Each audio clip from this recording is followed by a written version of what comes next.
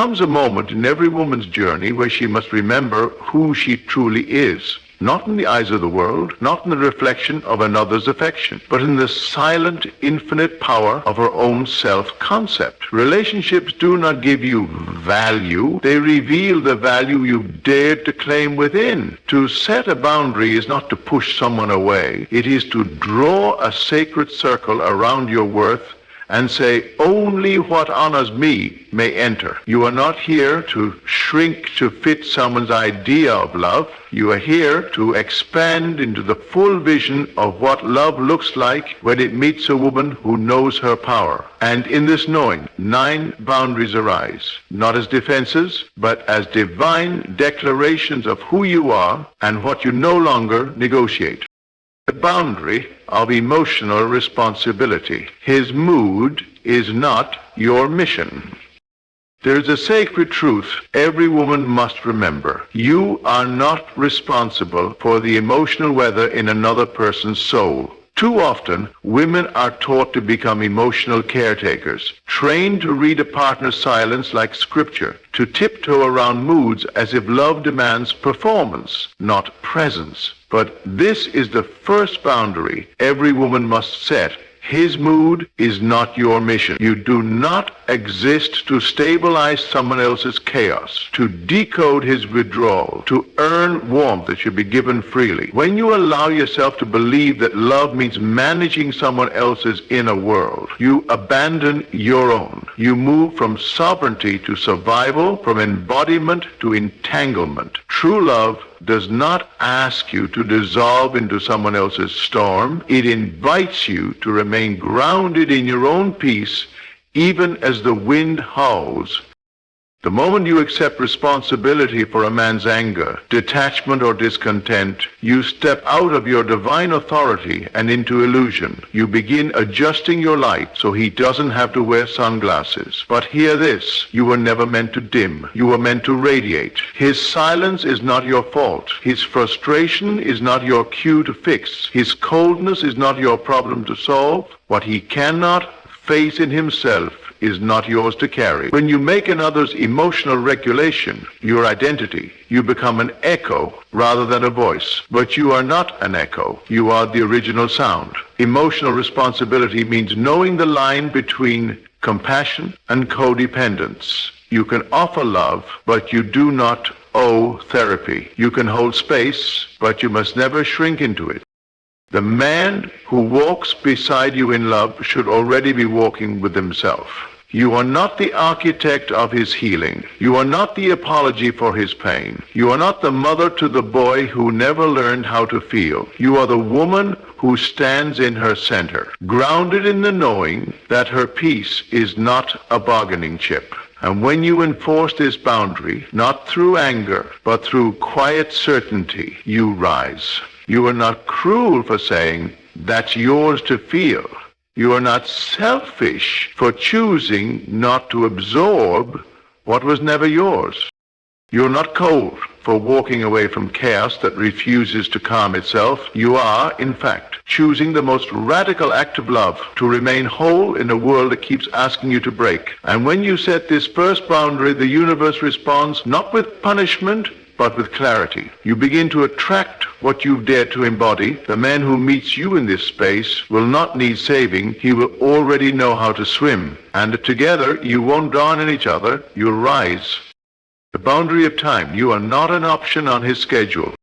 There is something quietly revolutionary about a woman who no longer negotiates her time, not from resentment, not from arrogance, but from the deep, unwavering knowing that her presence is valuable. Time is sacred. It is life itself, unfolding moment by moment. When you give your time, you are not offering a favor. You're offering your energy, your attention, your essence. And so, the second boundary every woman must set is this. You are not an option on his schedule. You are not a convenient intermission between his priorities, not a backup plan when his distractions lose their charm. You do not wait around in the shadows hoping to be chosen when it fits. The woman who values her time does not chase, beg, or remind. She chooses. She observes. She listens not to his words, but to his patterns. Because a man's respect for your time is a mirror of his respect for you. And more than that, it is a mirror of how you respect yourself. When you allow inconsistent effort, half-hearted communication, and sometime love, you declare to the universe that your moments are negotiable, but you are not negotiable. Your time is not filler for his indecision. Your weekends are not empty spaces for him to pencil you in.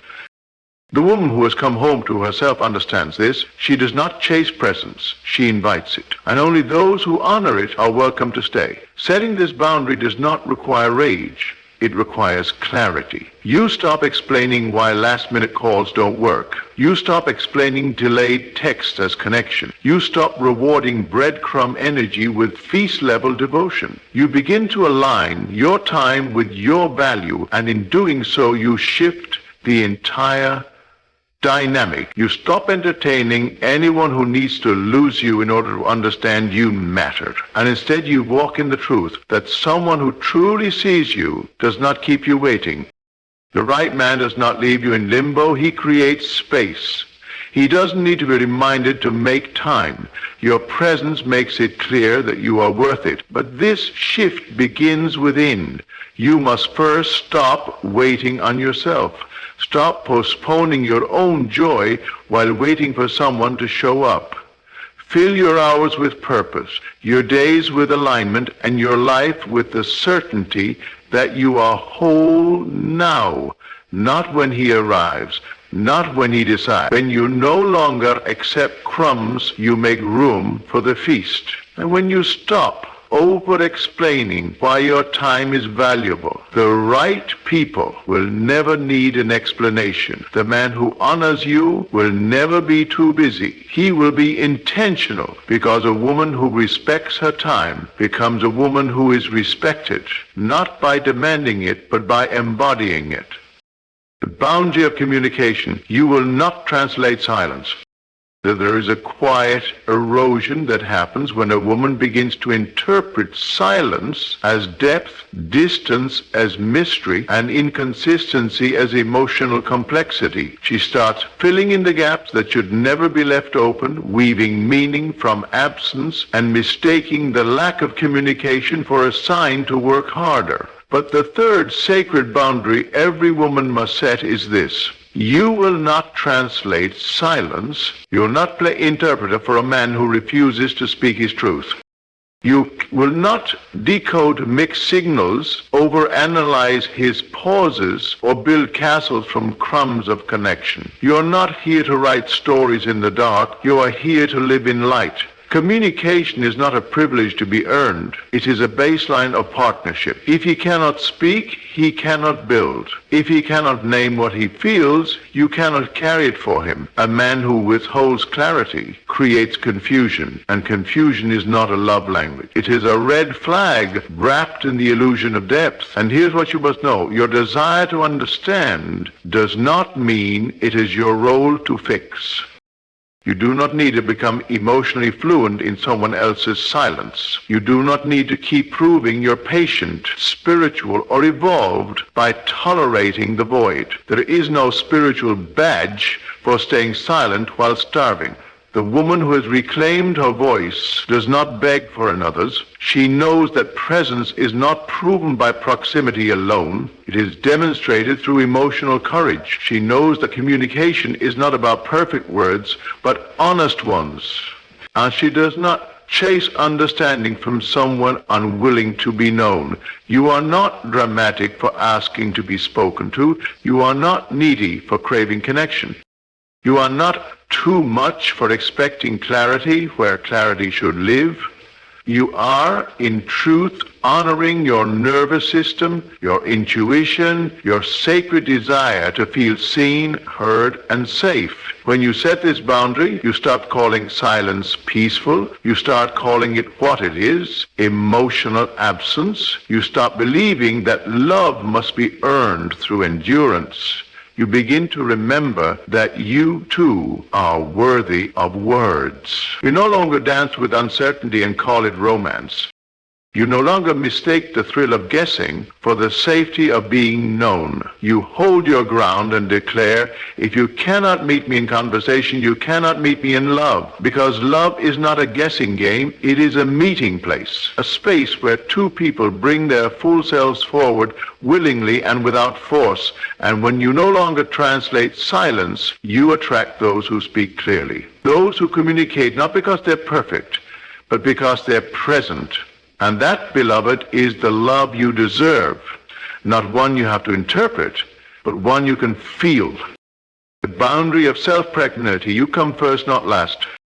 There is a sacred distortion that many women carry, the idea that love must always mean sacrifice, that to be a good woman is to be endlessly available, eternally accommodating, and perpetually putting someone else's needs before her own. But this is the fourth and perhaps most radical boundary every woman must set. You come first, not last. You are not a supporting character in someone else's story. You are not here to orbit his world while your own dreams fall asleep. You are not love's martyr. You are love's embodiment. And yet, how often do we abandon ourselves in the name of compromise? How often do we call self-neglect loyalty and confuse devotion with self-erasure? The truth is this: every time you silence your needs to maintain connection, you teach your nervous system that love requires self-betrayal.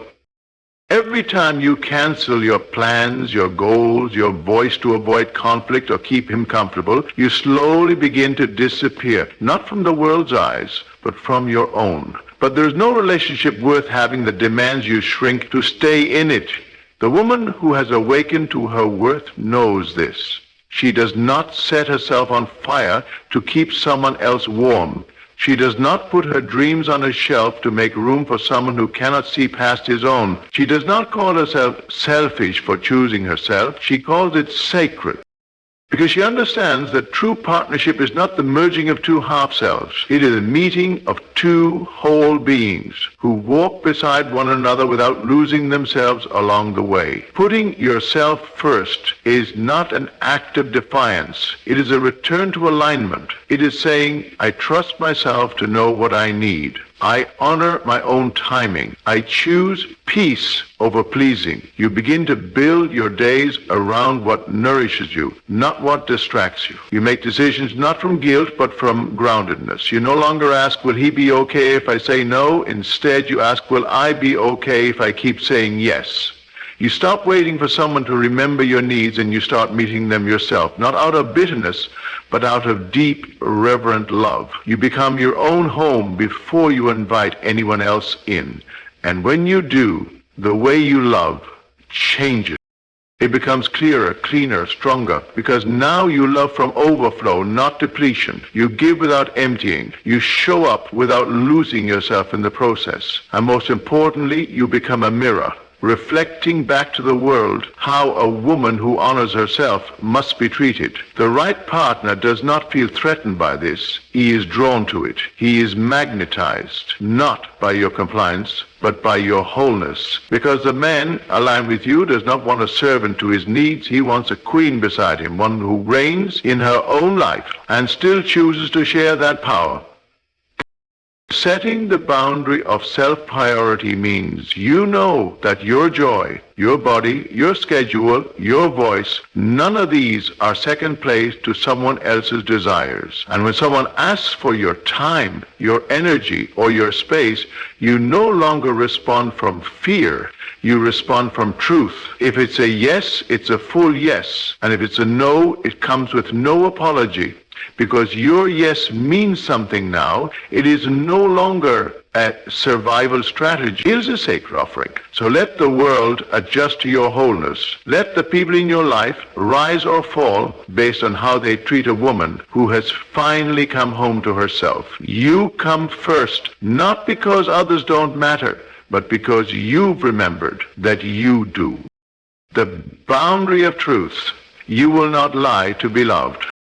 There is a quiet violence in pretending to be less than you are so someone else can feel more comfortable. There is a hollow kind of loneliness that comes from being in a relationship where your truth must shrink in order for the connection to survive. And so the fifth boundary every woman must fiercely and tenderly set is this: you will not lie to be loved. Not with your words, not with your silence, not with a shape you twist yourself into just to keep someone by your side. Love that demands the abandonment of truth is not love, it is performance.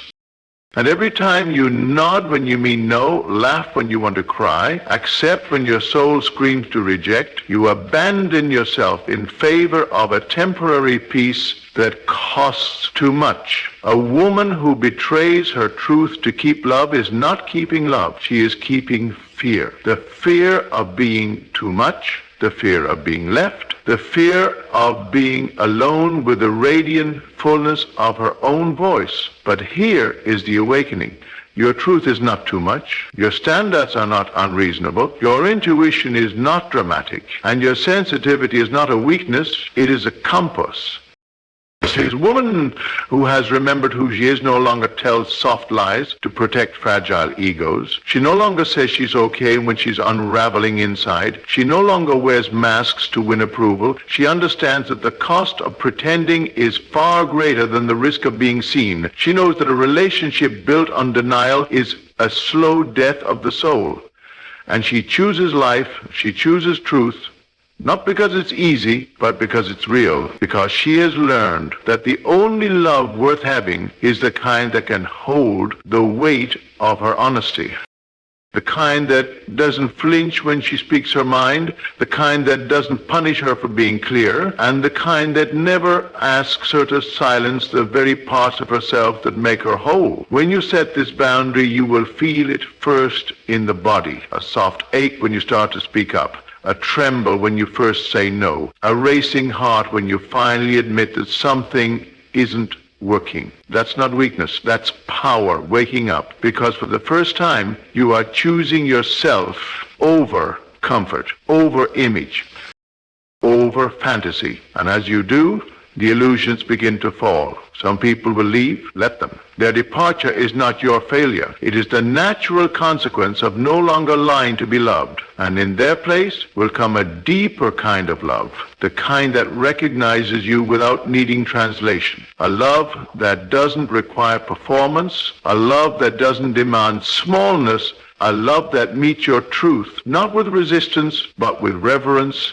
But this love only finds the woman who has stopped hiding, who has stopped editing, who stopped biting her tongue to keep the peace. Because peace that requires silence is not peace, it is a cage. And you were not born for cages. You were born for wild, holy freedom. So let your truth be loud. Let it be inconvenient. Let it disrupt the story someone else was trying to write about who you should be. Because when you live from truth, you become unshakable. Not because life becomes easier, but because you are finally in alignment with yourself. And that alignment becomes your lighthouse. It draws to you only those who can stand in the brilliance of your honesty. So speak, even if your voice trembles. Stand, even if your knees shake. And love, not as a trade for silence, but as an expression of the truth you refuse to betray. This is the love that heals. This is the love that liberates. But it begins with the one you give yourself. The love brave enough to say, I will never lie to be loved again.